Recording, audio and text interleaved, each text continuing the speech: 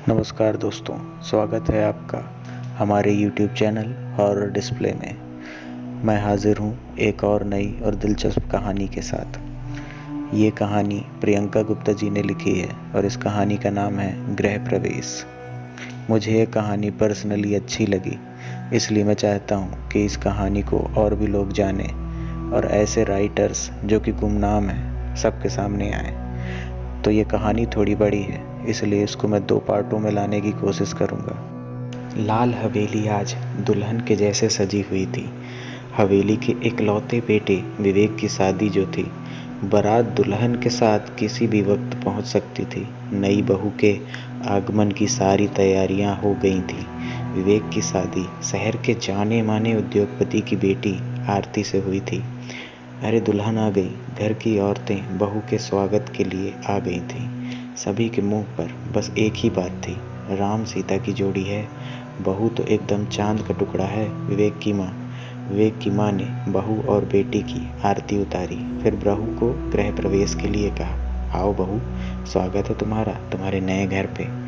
आरती ने जैसे ही अपना पाँव उठाया, उसने ऐसा महसूस किया कि मानो किसी ने उसका पाँव कसकर पकड़ लिया हो।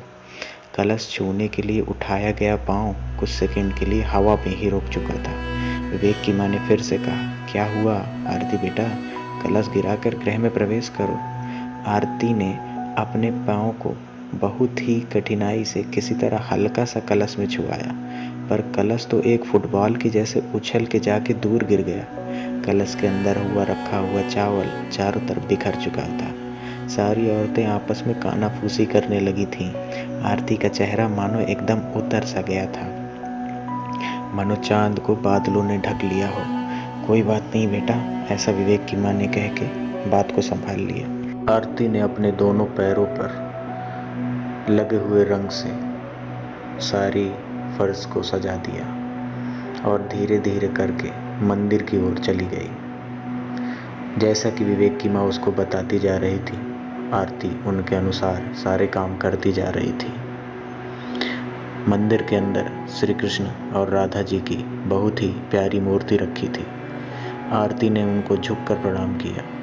उसने जैसे ही सर उठाया, उसने देखा कि कमरे की खिड़की पर लगा पर्दा धू धू कर जलने लगा। वह जोर से चिल्लाई, आग आग। तभी विवेक की माँ ने कहा, बेटा कहाँ लगी है आग? यह तो दीपक है जल रहा है।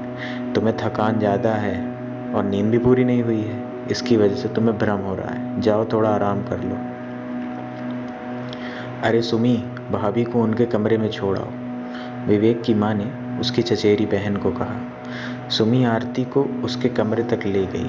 भाभी आप थोड़ा आराम कर लो और फ्रेश हो जाओ। ऐसा कहकर सुमी भी चली गई। आरती ने दरवाज़ा भेड़ दिया और अपने कपड़े लेकर बाथरूम में घुस गई। आरती ने अपने पैरों पर लगे रंग को हटाने की कोशिश की, लेकिन रंग गुलाबी से लाल होने लगा। ऐसा लगने लगा मानो खून बह रहा है। आरती खून खून चिल्लाते हुए बाथरूम से बाहर आ गई। विवेक बाहर ही बैठा हुआ था। आरती को बदहवास स्थिति में देखकर विवेक ने पूछा, खून कहाँ है खून? आरती ने अपने पैरों की तरफ इशारा किया, लेकिन उसके पैर तो बिल्कुल साफ हो गए थे। मेरे पैरों पर खून लगा हुआ था, बाथरूम में भी फर्श पर खून ही खून है, आओ खुद चलकर देख लो, उसने रोते हुए कहा। विवेक आरती के साथ बाथरूम में भी गया, लेकिन बाथरूम बिल्कुल साफ था। सब कुछ साफ है, कुछ नहीं, तुम्हारा भ्रम था, रात को ठीक से सो नहीं पाई हो शायद इसलिए, विवेक ने आरती को गाल सहलाते हुए कहा। चलो मैं बाहर जा रहा हूँ, कुछ ज़रूरी पेपर लेने आया था, लेकिन वह शायद पापा के पास है, तुम आराम करो, विवेक ऐसा कहकर निकल गया था। आरती कपड़े बदलकर दरवाज़ा अंदर से बंद कर बिस्तर पे आकर लेटी ही थी। आरती की आंख लगी ही थी कि उसके दरवाजे पे ठक ठक की आवाज़ आई। आरती आरती, उसने खड़े होकर दरवाज़ा खोला, लेकिन बाहर कोई नहीं था। आरती ने गर्दन घुमाकर इधर उधर भी देखा, लेकिन वह ये सोची कि शायद उसका भ्रम होगा। ऐसा सोचकर जैसे ही वो पीछे मुड़ी कि कोई साया तेजी से उसके पीछे से निकल गया। उसने झटके से दोबारा पीछे मुड़ी और इधर उधर देखा, पर उस बड़े से बरामदे में कोई नज़र नहीं आ रहा था। लाल हवेली की पहली मंजिल पर उसका कमरा था। कमरे के आगे बहुत बड़ा बरामदा था। वह अपने कमरे में जाने के लिए जैसे ही मुड़ी, उसे महसूस हुआ कि किसी ने उसका हाथ पकड़ लिया और मरोड़ दिया। आरती तेजी से चीखी। तभी वहाँ पे सुमी आ गई। भाभी क्या हुआ, आप चीखे क्यों? कुछ नहीं, एक काकरोच देख लिया था। आरती ने बहाना इसलिए बनाया कि कहीं सब उसको पागल ही न समझ ले। चलो भाभी, आपको सब नीचे बुला रहे हैं, आपकी मुंह दिखाई की रस्म है, ऐसा सुमी ने कहा। 5 मिनट में चलती हूँ, कपड़े थोड़े ठीक कर लो, आरती ने कहा। इतना सुनते ही सुमी भी नीचे चली गई और बोला, दीदी आप अभी थोड़ी देर पहले आए थे क्या? आरती ने सुमी से पूछा, पर सुमी ने बोला, नहीं भाभी, मैं तो अभी आई हूँ। इतना कह के वो चली गई। आरती सुमी के साथ नीचे आ गई थी। उसकी मुंह दिखाई की रस्म भी अच्छे से हो गई थी। सब कुछ करने के बाद विवेक की माँ ने उसको खुद कहा कि हमें पूरा जीवन ही तो साथ बैठ के खाना है, आज तुम जल्दी सो जाओ, तुम थकी लग रही हो। आरती अब अपने कमरे में आ गई। वह अपने बिस्तर पर लेट गई। तभी उसका बिस्तर जोर जोर से हिलने लगा। उसने सोचा कि भूकंप आ गया शायद। वह अपने कमरे से निकलकर फटाफट सीढ़ियों की तरफ भागी और नीचे उतर के पहुंची कि भूकंप आ गया, भूकंप आ गया, ऐसा चिल्लाने लगी। विवेक की माँ उसके पास आई और दाएं बाएं देखा, सब लोग उसी की तरफ देख रहे थे। तो विवेक की माँ ने उसके सिर पे हाथ सहलाया और बोला कि नहीं बेटा, भूकंप नहीं आया है, तुम्हें भ्रम हुआ होगा, तुमने कोई सपना देखा होगा। हैरान परेशान आरती, अब उसे कुछ समझ नहीं आ रहा था कि उसके साथ हो क्या रहा है। आरती की सुहाग रात भी आज ही थी। आरती और विवेक के लिए कमरा सजा गया था और सुमी ने आकर आरती को भी तैयार कर दिया था। लेकिन आरती अभी भी अपने साथ हो रही घटनाओं को लेकर विचलित थी। वो सजी धजी बिस्तर पर बैठी थी कि विवेक के आने के बाद ही उसने सीधे ही विवेक को मना कर दिया कि अभी मैं थकी हुई हूँ, मुझे आराम करने दो। विवेक भी समझ गया, उसने भी कुछ नहीं बोला। वो भी शांति से आके बगल में लेट गया और सो गया। वो दिन ऐसे ही बीत गया। 2 दिन बाद पगफेरे के लिए आरती का भाई उसको लेने आया। आरती अपने मायके चली गई। जब वो मायके आ गई तो उसके साथ ये सब हो रही घटनाएं उसके दिमाग में लगातार चल रही थी।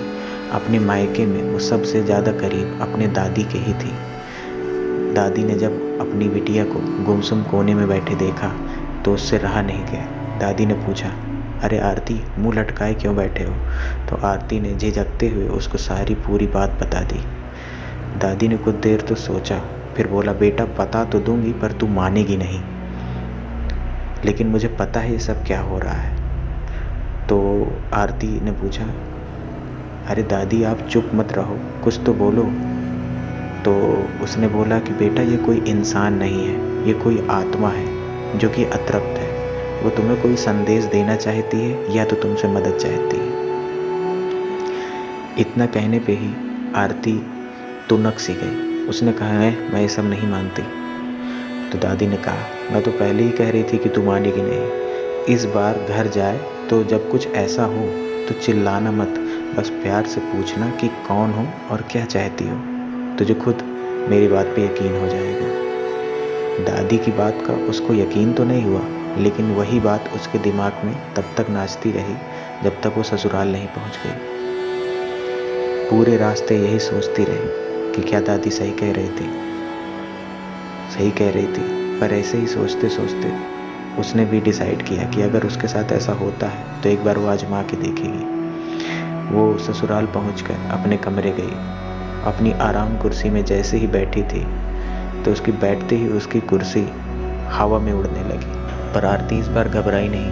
वो बड़े ही शांत स्वभाव से होके उसने पूछा, कौन हो तुम? आखिर क्या चाहिए तुम्हें मुझसे? क्यों पड़े हो मेरे पीछे? तो इसी के साथ ही पहले पार्ट का अंत होता है। जल्द ही दूसरा पार्ट लाया जाएगा। धन्यवाद।